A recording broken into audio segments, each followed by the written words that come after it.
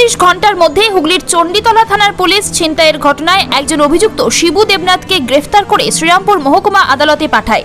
গত ১৬ই আগস্ট চণ্ডীতলা থানার শিয়াখালার একটি রাষ্ট্রায়ত্ত ব্যাংক থেকে টাকা তুলে বাড়ি ফেরার পথে ঠিক বাড়ির সামনে থেকেই টাকার ব্যাগ নিয়ে বাইকে চেপে চম্পট দেয়।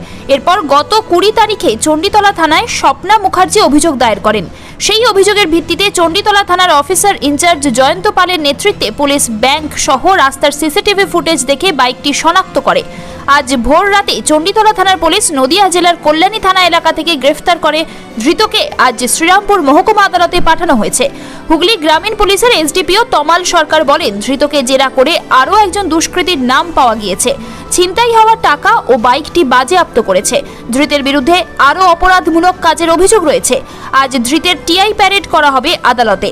ছিনতাই হওয়া টাকা ও পুলিশের কাজের প্রশংসা করেন স্বপ্না মুখার্জি। থাকুন Times digital Bangla.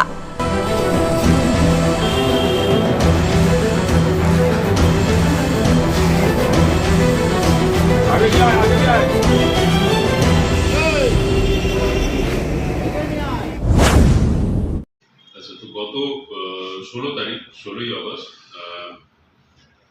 Shiakhala Punjab national ব্যাংকে থেকে একজন মহিলা, স্বপ্না মুখার্জি নামে একজন মহিলা কিছু টাকা তুলে বেরোচ্ছিলেন এবং পথে তার একটা স্ন্যাচিং হয়।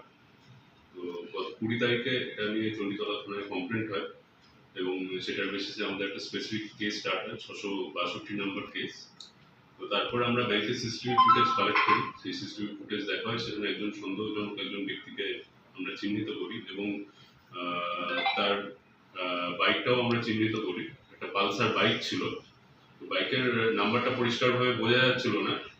যাই হোক, তো সেখানে আমরা ৬টা নাম্বার এরকম আমরা আমাদের অ্যাপে সার্চ করি এবং সেখান থেকে একটা আমরা সন্দেহজনক পাই। তো সেইটা সূত্র ধরেই আমরা এগোই এবং গতকাল রাত্রে বীজপুর থানা থেকে শিবু দেবনাথ নামে একজনকে এই ঘটনায় অ্যারেস্ট করা হয়।